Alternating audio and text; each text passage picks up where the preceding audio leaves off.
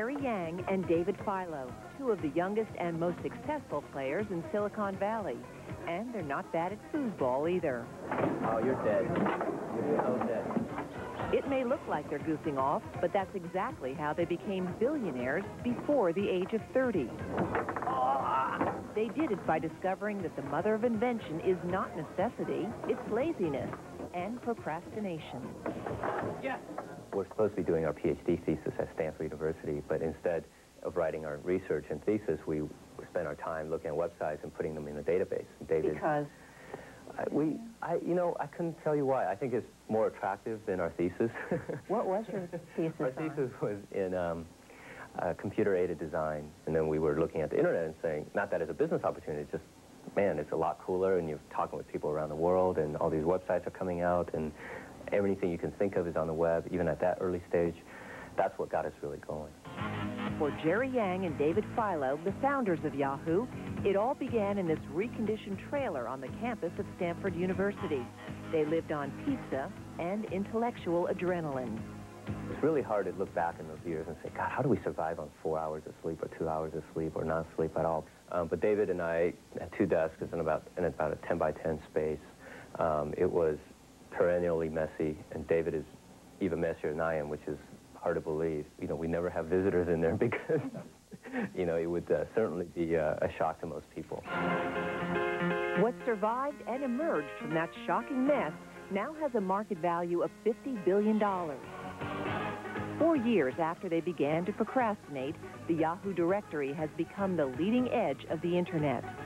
Since the beginning of the year, Yahoo has broadened its Internet reach by purchasing 2 companies, GeoCities and Broadcast.com, for a total of nearly $9.5 billion. Gee, man, you been practicing or something? Are you good? No, the last time I played against you. No way, man. It's not time I played. Yang and Filo managed to maintain the attitude of freewheeling grad students while running a huge worldwide business. How has your life changed in the past 4 years? For the most part, my life is still pretty similar to what it was 4 years ago. I still spend most of my time doing Yahoo-related things, and that was true 4 years ago. It's still true today. And basically, my life is mostly consumed with Yahoo.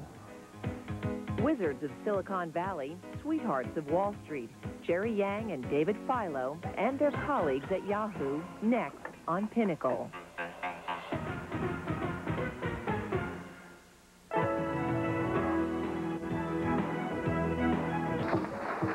Jerry Yang... David, who have a vision that's awesome, and TK, who's true CEO, and try to make sure at the end of the day that all adds up. When Pinnacle returns, how Yahoo's growing up, and the company's secret weapon that makes it the Internet directory of choice 385 million times every day. At first glance, Yahoo... Can you stay independent? Oh, yeah. I tend to think the question is, you know, Yahoo's strategy has always been being a branded global company, right? And to be that, we're not going to take on somebody else's brand. We're nice guys, and we love to have fun, and this is passion, but we want to win. When we come back, Yahoo's winners and secret surfers.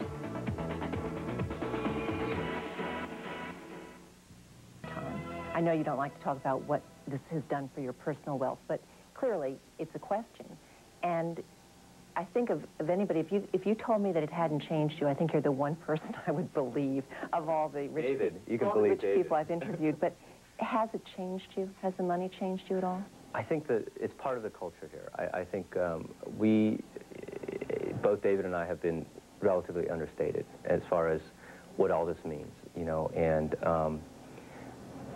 for me, it's not about the money that we did this.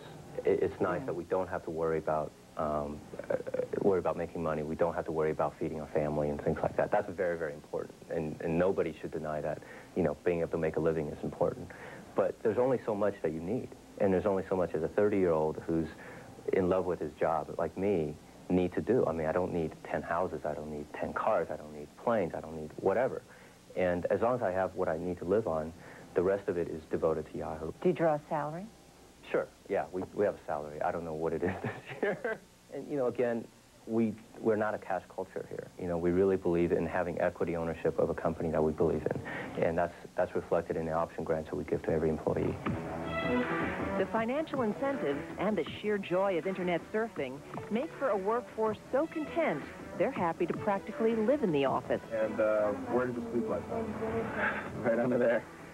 Of all of Yahoo's 800-plus workers, the secret and soul of the operation is the surfers. They spend their days and nights evaluating thousands of websites, refining and updating the Yahoo directory, and helping make it the second most visited website after America Online. You have an uncanny ability, you have had always, to know what it is that your viewers want, what's hip, what's cool, whatever you want to call it. What we focused on in the past and continue to is adding the human touch. That continues to be the thing that differentiates us from any other experience that's out there. What's a perfect day? A perfect day is, boy, it's a day of having had one of those meetings that you look around the room, whether it's with outside people, with inside people, and lights went off in their eyes. And, you know, people go, God, we all just sat around for an hour and figured out something that nobody else is ever doing, and nobody else figured it out. And you go home and you just can't even sleep, right? You're so excited, you just can't wait to get back to work. And there have been a lot of those, but those are perfect days. Though most of Yahoo's employees are young and single, Jerry, David, TK, and Sparky are showing definite signs of growing up. Tim, TK Kugel, recently moved into a house after years of living in a one-bedroom apartment. He still loves to work on fast cars, a skill he learned from his machinist father. Jeff, Sparky Mallet, is married with 2 children who contribute to his growing art collection. David, who's happiest letting others do the talking, spends what off time he has with his longtime girlfriend. And 2 years ago, Jerry married his longtime love, a Costa Rican woman of Japanese descent, Akiko. Are you going to have little Yahoos running around soon? Well, you have to ask my better half. I really can only get, I get the non-controlling 49% of the vote. She has the ultimate decision. What's the best thing she does for you? Well, you know, Akiko's been, we've known each other way before Yahoo started, and she's seen the hard days, she's seen the early days, she's seen the good days, and she's seen the bad days. And to have somebody who has that perspective but not in the business and not involved is extremely healthy. And she's that person that's my sounding board. And you know, and it doesn't matter what kind of things I do at work. I go home, I still have to take out the garbage and do the dishes and walk the dog. And I think those are the things that that keeps us centered.